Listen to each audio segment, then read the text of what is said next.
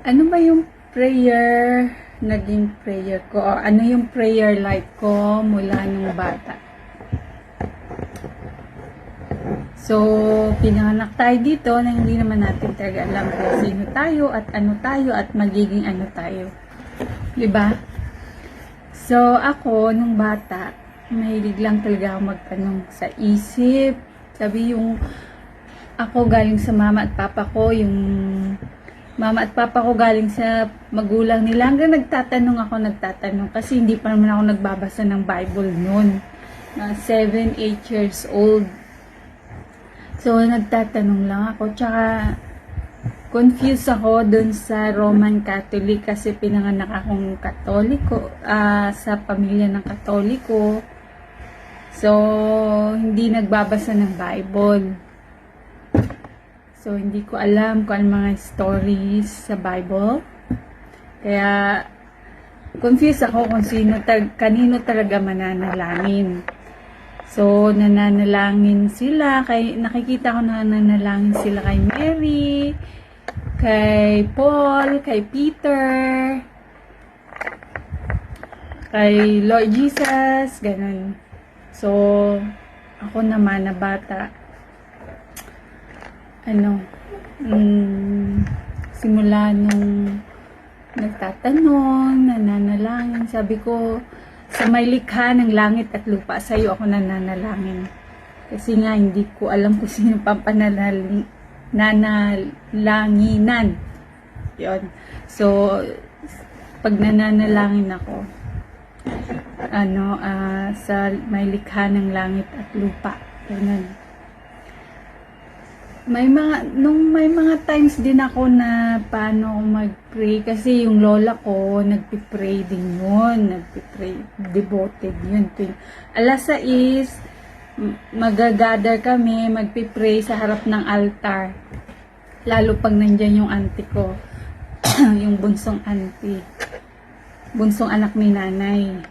So magpi-pray kami ng alas 6. Doon sa harap ng altar. Tapos, minsan di ko alam kung ilang taon na yun. May tindahan kami, medyo malayo, at saka sa malaking bahay. Pupunta kami doon, kami mga pinsan ko. Tapos ako yung parang parang ako yung matured. Kahit may kung sino may yung kasama na may edad. So, talagang parang yung mga huni yung meow ng pusa. Kasi may katabing kawayan doon sa katabing lote. Parang nasa likod din namin. Takot kami, takbo kami. Pero pinipigilan ko yung takot. Nilalakasan ko din yung loob ko. Sabay pasok kami sa bahay doon. Sabi ko, halika, mag-pray tayo. Sabi ko, magdasal tayo. Magdadasal kami sa harap ng altar doon. Nagpipray kami. Lumalakas naman yung loob namin.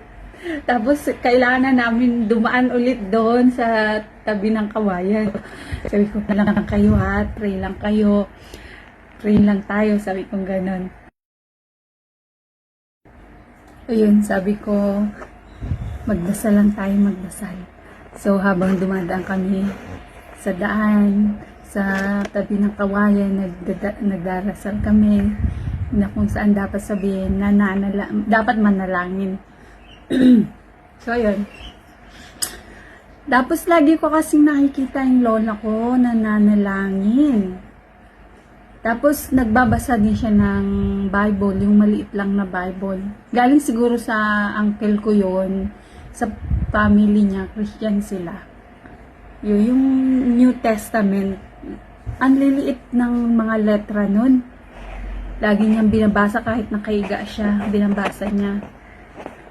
Tapos lagi niya akong pinagpipray habang tulog, lalo na kapag may sakit. Lagi niya akong pinagpipray kapag may sakit. Kasi hikain ako eh. Halos every month or every 2 months, ganyan. Kasi kapag napainom ng malamig, nainitan, ganun, hinihika na ako. So, talagang bugbog ako sa panalangin. Bugbog eh. Talagang, hinog sa panalangin ng lola ko. Lagi niya akong pinapanalangin, umiiyak pa yun siya. Kasi para na hindi ako makahiga pagka ako hinihika. Yun. Tapos, paano ba? May nanalangin. Nung high school, ang alam, bihira lang syempre ako manalangin din. Kasi nga, Katoliko, wala pa akong personal relationship kay Lord. Hindi pa consistent yung panalangin. So, nung nag-high school, nagka-boyfriend, tapos iniiyak ko kay Lord. Hindi muna pala. Basta bata ako, iniiyak ko din kay Lord na, sabi ko, Lord, ayoko maghirap yung mga anak ko. Umiiyak na ako. Sabi ko, next time pag nagkaanak ako, ayoko maghirap sila. Ganon. Pinag-pray ko na yun. Sana pinag-pray ko din yung sarili ko, no? Yeah, okay, anyway. So, yun nga, pinag-pray ko yung anak, naalala ko talaga pag yung mga anak ko, ang ganda ng buhay ngayon, napakasarap ng buhay. Tapos, naiinis ako kasi nga, lahat na nandyan sa kanila. Tapos, ang tamad pa. Naku! Pinapagalitan ko sila. Niremind sa akin ni Lord, ng Holy Spirit niya na, di ba pinag-pray mo? Ayun nga, sabi ko, oo nga, no? O, di ba ang ganda nga ng buhay nila? Talagang lahat nandyan na sa kanila. Siyempre, may mga bagay na mga pagsubok na kailangan rin nilang pag-anan. Pero yung talagang hirap na walang kasamang magulang, yun, laki sa lola. Pero syempre, thankful din ako na laki ako sa lola. Tapos, ayun. Tapos, nung nagka-boyfriend nga ako nung high school, una kong minahal. Tag dito. Pang ilang boyfriend ko na ba siya? Kasi nung una akong boyfriend, hindi ko naman taga-crush o hindi ko mahal or walang feelings. Kasi nung 14 years old ako, yung mga pinsan ko pumunta sa kasalan. So pagkasalan, may sayawan. So itong lalaking to galing sa Mansalay. May mga barkada sila, yun magkakasama. Ako lang ang kinukuha palagi. Naiinis ako. So, panayligaw, di sinagot ko na lang, sabi ko para, sa isip ko, para hindi na ako ang laging isinasayaw. So, ayun, sinagot ko, di okay naman siya. Hanggang sumama sa amin sa bahay, kasi yung mga pinsan ko, may mga kasama din sila. So, ayun, sumama sa bahay. Time na yun, wala pala si nanay, nasa Maynila. So, ako, pag nandiyan mga pinsan ko, nasasama ako sa kanila. So, hopefully, nandun si nanay, no? Pag nandiyan si nanay, kasama namin si nanay, na aalagaan kami, nagagwardyahan. So, kahit naman walang gwardya that time, kahit sumama yung mga lalaki yun, talaga naman, di syempre, kausap, may kanya-kanya silang kausap ko din yung sinagot ko. Di, gusto kong halikan. Hindi pa ako nagpipray nun, pero, syempre, may self-determination. Wow. Talaga hindi siya nakakiss na ko, panay ang iwas ko, naku po. Pero, nung time lang na yon, tinabukasan, di ko na rin nakita yung lalaking yun, taga Mansalay. Yun. Pero, consider ba boyfriend yun? Tapos, hindi siguro, no? Isang gabi lang. So, walang feelings. Napilitan nga rin ako. Tapos, yung pangalawa, sabay naging love life na yun, no? Panalangin. Kasama sa buhay yan, di ba? Nagkwento, no? Wala kang magawa, hinintay ko yung anak ko. Anyway, yun. Yung pangalawa, ayun, sasayawan ulit, pasayaw para sa darating na piyesta. Tapos ako rin ang sinasayaw. Tapos sinayaw din ako ng kuya. Sabi, sagutin mo yung kapatid ko, mabait yun, ganyan. So, nireto talaga. So, sinagot ko naman kasi nga, naiinis ako. Ako ang laging kinukuha. Marami naman kami nakaupong mga dalaga doon. Third year high school, sumasayaw na. Pasaway sa probinsya. Tapos, nandun naman si nanay, nakabantay. Tapos, sinagot ko. Tapos, after 1 week, nabalitaan ko na may niligawan o may girlfriend. Ngayon, sa binrate ko. Sinulatang binrate ko. Yun, isang linggo lang. Tapos, wala. Hindi nga kami nag-uusap talaga. Sasayawan lang. Tapos, nahawakan lang yung dulo lang ng daliri ko kasi dun sa may kubo-kubo bago dun sa sayawan, ginanon lang yung daliri ko. So, walang connection talaga. So, hindi rin talagang treat as boyfriend, hindi ba? Tapos, sayawan na naman. Anyway, yung unang sayaw ko pala, pinsan ko. Sobra pa ang mahiyain ang sa pa ako sa bewang pa humawa. Ako yung humawa sa bewang. Yang hiya ako. Tapos ayun. Okay. So, binrake up ko yung yung sinagot ko na yun. So, walang feelings, walang walang na-develop na feelings. So, nung 4th year high school ako,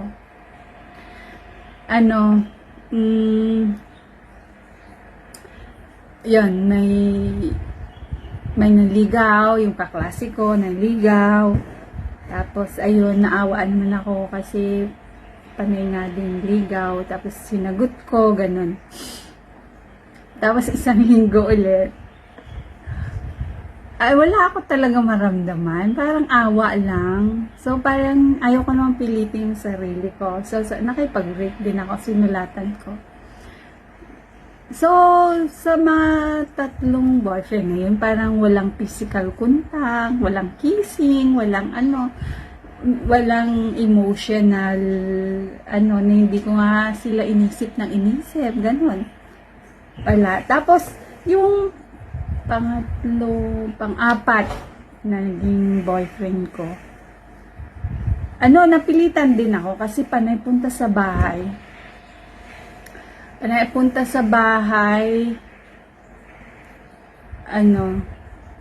Kinukulit ako yung sagutin ko nga siya. Pero hindi ko rin siya crush. Kasi dati nakita ko siya nanligaw sa pinsan ko eh.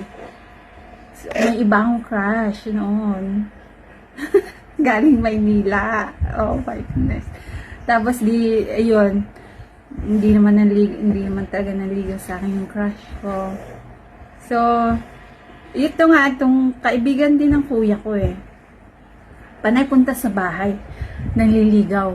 Tapos, takot ako sa kuya ko, makita ng kuya ko na nandoon. So, sabi ko, Bilsa, umalis ka na. Darating ng kuya ko. Mga nakailang beses ng punta ba? Mga 3 siguro. Sabi hindi ako alis dito hanggat di mo ko sinasagot. Ay! Grabe naman. So, napilitan na naman ako. Sinagot ko. Kasi nga gusto ko na umalis. Kasi yung kuya ko parating na. Medyo pagka-stricted dun yung kuya ko eh. So, ayoko na maabutan ng kuya ko. Ayoko maabutan niya na doon, may lalaki doon sa bahay. So, sinagot ko. So, ayun, throughout naman, 4th year high school hanggang 17.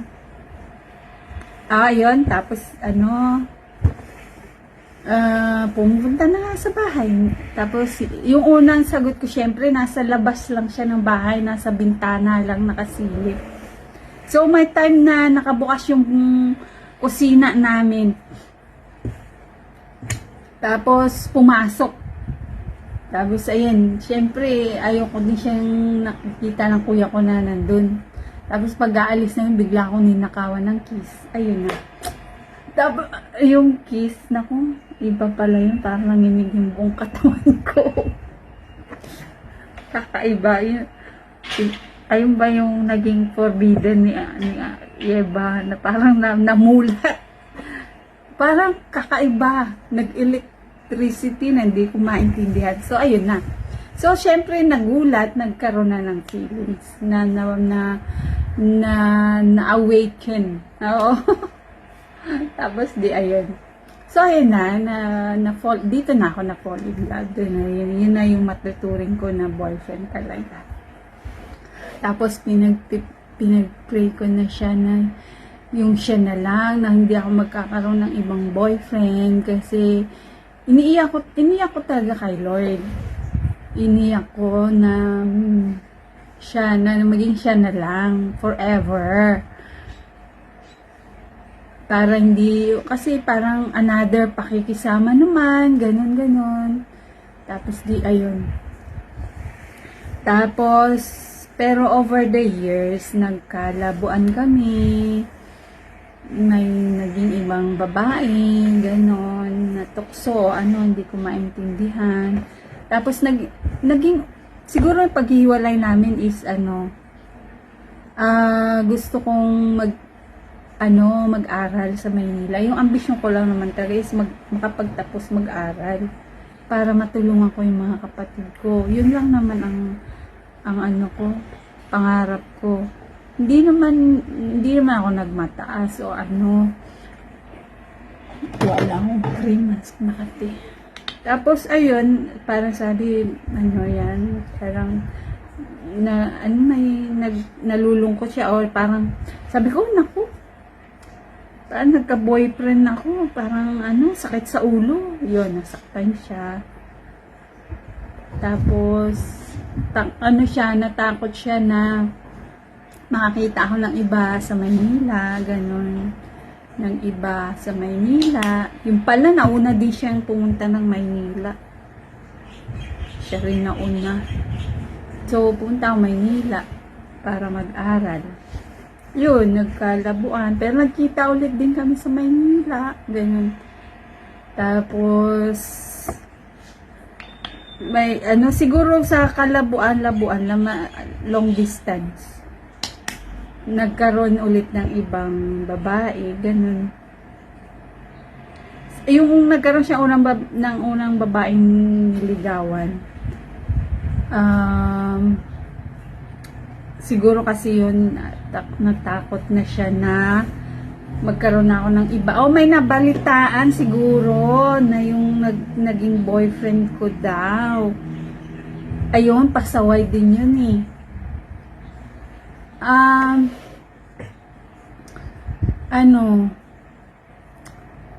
Galing din kami sa Yawan, fiestahan ba sa Yawan.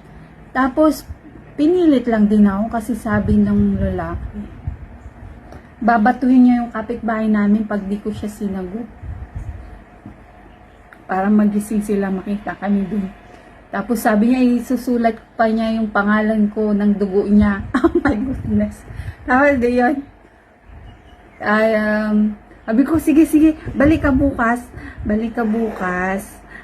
Bukas na lang kita sasagutin. Kasi alam ko bukas, kinabukasan, aalis na ako pa Maynila. Tapos, hindi ko siya sinagot.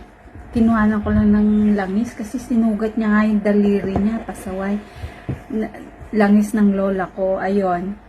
Tapos, kinabukasan, naabutan naman ako na kami, sino ba kasama ko pa Maynila? Naabutan yung van na paalis. Ayaw niyang isara yung pintuan ng van. Sabi niya, hanggat di mo ko sinasagot, hindi ko to isasara. Ganon. Sa isip ko noon, paalis na ako. At nagmamadali na, naghihintay na yung driver, nandun pa rin siya. Sabi ko, sige na, oo na. O, di sinara niya na, alis na. Pero mula nun, di na rin naman kami nagkita, hindi naman kami nagkaroon ng relationship. So, hindi naman maituturing na boyfriend yun. So, yun. Sa Maynila na, tapos, actually, bumalik din ako kasi, yung parang, sabi ng mama ko, mayroong, study now, pay later doon sa Rojas. Sa town sa ano namin, sa lugar, sa Oriental Mindoro. So, nag-aral akong first year college, tapos nag-working student, ganun. Tapos, ayun, isang taon doon, nagkita kami ulit nung boyfriend ko. Nagkabalikan, nagkalabuan, nagkabalikan, ganun. Pero mga time na yun, hindi talaga ako nagpipray din, ano. Hindi ko maalalang nagpray ako. Mga panahon ng mga kahirapan sa puso, hindi ako nagpipray. Nung bata lang siguro ako pala panalangin. Pero nung time na yun, hindi na ako nagpipray. Naalala ko, hindi na ako nagpipray. Tapos, ayun, nagkabalikan, papunta ng Maynila, yung mga memories na gano'n no. Tapos, tapos pumunta na rin ako ng Maynila, nagkita rin kami sa Maynila, gano'n. Tapos, 19 years old ako. Nung 18 ako, sa auntie ko, nagkaroon niya ako ng experience na muntikan na akong maray ng FX driver. So, thanks God talaga. Nagkaroon naman ako ng wisdom ng time na yun para hindi ako saktan. So, para habang binubuksan ko yung pinto, hindi mabuksan. Kasi parang may tanga pa ako na. Hindi ko pa alam kung kung paano talaga buksan yun, ba. Siyempre na may lock siguro siya doon. Hindi ko mabuksan. Tapos, sabi ko, sige ko, lang, yung hindi ako manlaban, hindi ako magsisigaw o baka kung anong gawin sa akin. So, yung bubuksan, kasi doon ako umupo sa tabi, sa driver's seat, tabi ng kasi sabi niya meron daw siya something doon sa likod, plywood. So, doon daw. So, doon nga ako naupo. Tapos, sabi niya may kukunin lang daw sa tita niya, doon sa Marikina, nag-drive na ng pagkalayo-layo. Sabi ko, ibaba mo na ako, parang layo naman na itong pinuntahan natin. Tapos, sabi ko, baba mo na ako. Tapos, ayun, kinukwento ko na nga na may mga parang nakukutuban ako. Sabi ko, may lawyer akong, uncle, ganyan. Kinukwento ko na, which is totoo naman. May mga lawyer talaga na mga kamag-anak. Tapos, siguro na medyo natakot din siya doon, pero parang siguro manyakas yun, rapist talaga yun doon, aywan ko ba. Tapos binubuksan ko yung pintuan. Sabi ko, yung parang siya, kumari tumutulong, pero kinikis-kis niya sa may, likod, yung niya, yung doon sa likod niya, parang siguro libog na yun. Ay nako. Pero nagkaroon ako ng salamat kay Lord, nagkaroon akong wisdom na sabi ko, yung hindi ako manlaban, na hindi ako yung masyadong mag-retaliate para hindi ako masaktan, hindi ako patayin or something. So habang tagang focus lang ako doon, na tagang kunwari binubuksan ko yun, na alam ko naman hindi ko na mabuksan.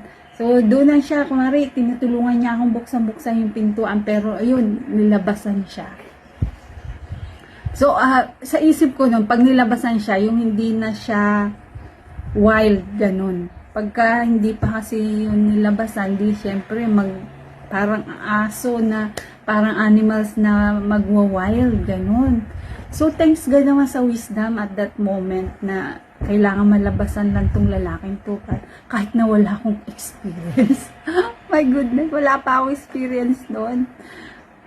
Parang bigla lang pumasa sa inyo pag nilabasan na to, parang ma-cool down. Yung naisip ko, Tapos, ayun, nilapag niya, pinalabas niya na ako. Sabi ko, doon na lang ako, dyan na lang ako. Di nilabas na niya siya. Sabi, ay, ano to? Ganun siya. Kunwari pa siya, ano to? Tapos, di, doon, sabi ko, dyan na ako lalabas sa, doon sa pintuan sa my driver's seat. Di, doon ako lumabas, bigla ako. Sabi, tinapakan mo yung upuan. Tapos, basta bigla na lang akong bumaba. Tapos, yun, parurot na siya. Takot ako. Pag-uwi ko, naku, tulala talaga. Tulala ako ng mga 1 linggo, 2 linggo, basta lagi akong tulala. Salamat kayo, hindi talaga ako na-rape. Hindi niya talaga tinouch din yung katawan ko. Yung lang, ganito lang siya. Na tinutulungan lang naman akong magbukas ng pinto. Kunwari lang din siya na tumutulong.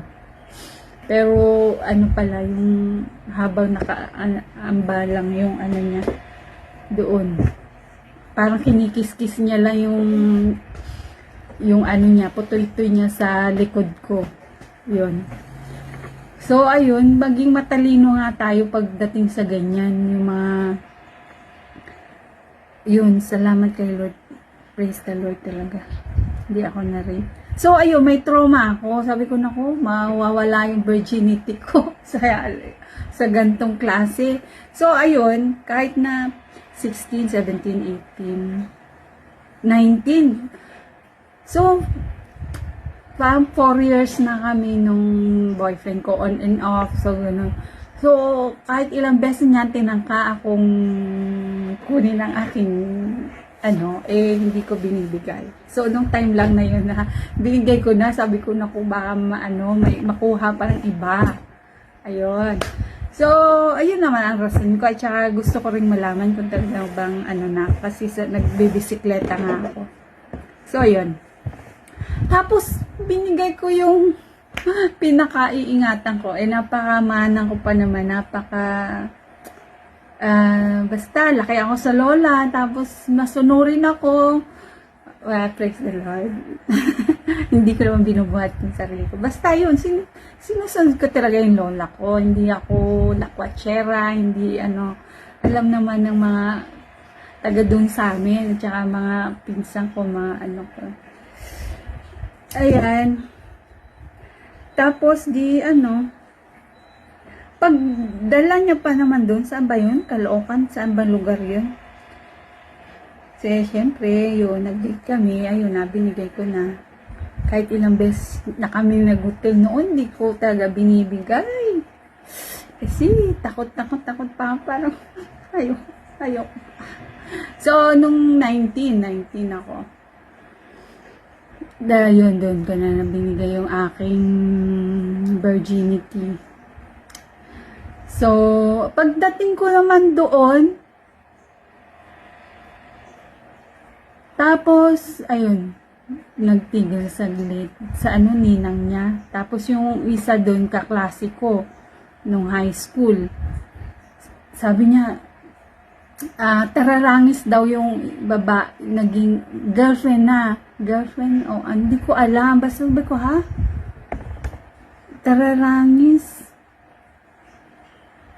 Yung taga umiiyak daw, sabi ko, may babae doon, girlfriend niya, tapos dinate niya ako.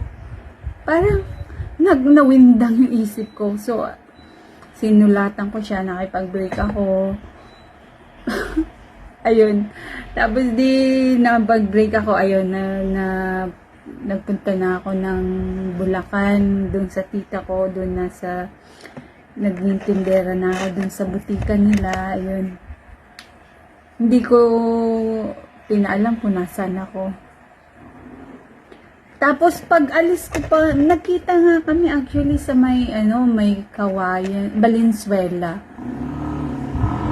Tapos ayun, may sinabi sa akin yung pinsan ko, si Kuya Junior, na may babae din daw doon, girlfriend. Another girlfriend. So, ayun, talagang, tuluyan na akong nagtago sa Bulacan. Sabi ko sa mga mama ko, sa kapatid ko, huwag niyo sabihin ko nasaan ako, ha. sabi ko din sa pinsan, huwag mo sabihin nasan ako. Ayun, nagtago na ako. So, nung time na yun, 19, 20, 21, 22, ayun, parang rebelde na ako kay Lord. Parang hindi na ako nananalangin. Kasi parang feeling ko nun, ba't di mo binigay sa akin yung pinag-pray ko sa kanya, yung lalaking minahal ko, hindi mo binigay sa akin, ganun yung rebellion ng isip ko. Yun. So, kailan ba lately na lang pinaalala sa akin ni Lord? Hindi naman sa hindi niya binigay. Ako pala yung nagtago. Ako pala yung umalis.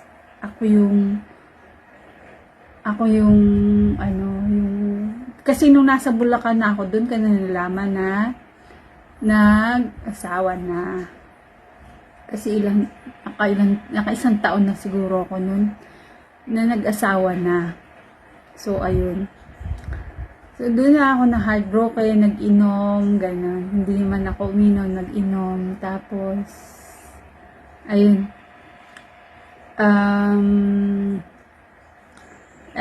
Ayun na. Doon ako nakaranas. May isa pang pangyayari na doon talaga kasi parang naging guilty ako. Doon ako nagpakamatay kasi yun nga, bukod sa heartbroken, tapos parang wala na. Sinong papato sa akin? Ganon yung tanong ko nun. Tsaka, kasi naman, nung piyesta, bago ako umalis sa butika, may isang trabaho na na nagpakamatay. Ngayon, nilockdown ko, parang minako siya sa isip. So, parang, ba't kailangan magpakamatay? Basta medyo minako siya sa isip ko. Parang nilockdown ko siya. Tapos knowing na yung ako mismo, yung dumanas ng gano'n. Tapos nung piyestahan, umiyak ako na kung saan dapat magkikita, gano'n. Pero, katangahan ko, bakit nga ka magkikita? May asawa na yun. Bakit nga ako kikitain? Hinintay ko pa sa bahay. Oh my goodness. Katanga. Pag umibig ka talaga, nagiging tanga. Yung nawawala na yung mga, tamang kaisipan. Tapos, ayun. Hinintay ko sa, tapos gabi na, mga alas 12 na. Bakit di naman pumunta?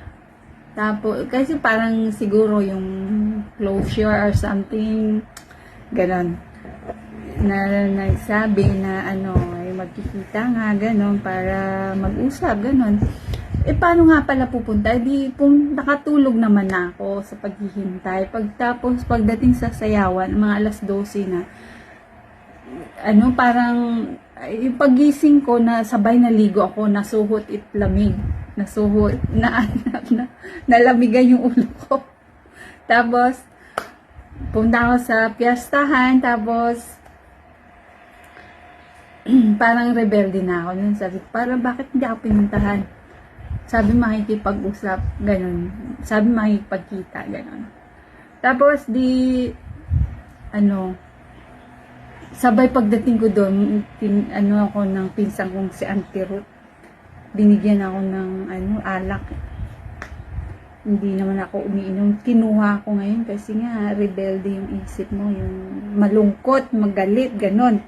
So, kinuha ko. Pagkakuha ko, minom ko, sayo-sayo ako doon, parang luka-luka. Kasi rebelde na, yung parang feeling ko, basta rebelde lang ako nun. Parang wala na, parang hindi ako. Kasi nga, yung isip ko, galit, rebelde, yun. So, yun sa'yo. Tapos, nag-sink in yung mga negative. Pagka pala nakainom, yung wala ka na sa huwisyo, yung out of control ka na sa pag-iisip, sa nararamdaman. So, ayun, pag-uwi ko na yun na nag-inom na ako ng lahat ng supply na dinala ko galing butika. Yung mga malalaki pa. Yung alcohol, rabing alcohol na yung sobrang laki, yung large na. Tapos yung Listerine na large, mga ilang ml ba yung 1,000 ml. Inubos ko yung Listerine. Kasi parang feeling ko hindi, pati yung sabi ko, naisip ko na yung lola ko, mama ko, na parang hindi sila showy sa pagmamahal. Tapos itong lalaki na binuhos ko, yung pagmamahal ko, nawala na din. Tapos ayun ba, yung mga lahat na ng negative. Ayoko maglaslas ng pulso nun kasi sabi ko, naku, pahirapan ko pa si nanay maglinis ng dugo, ganyan.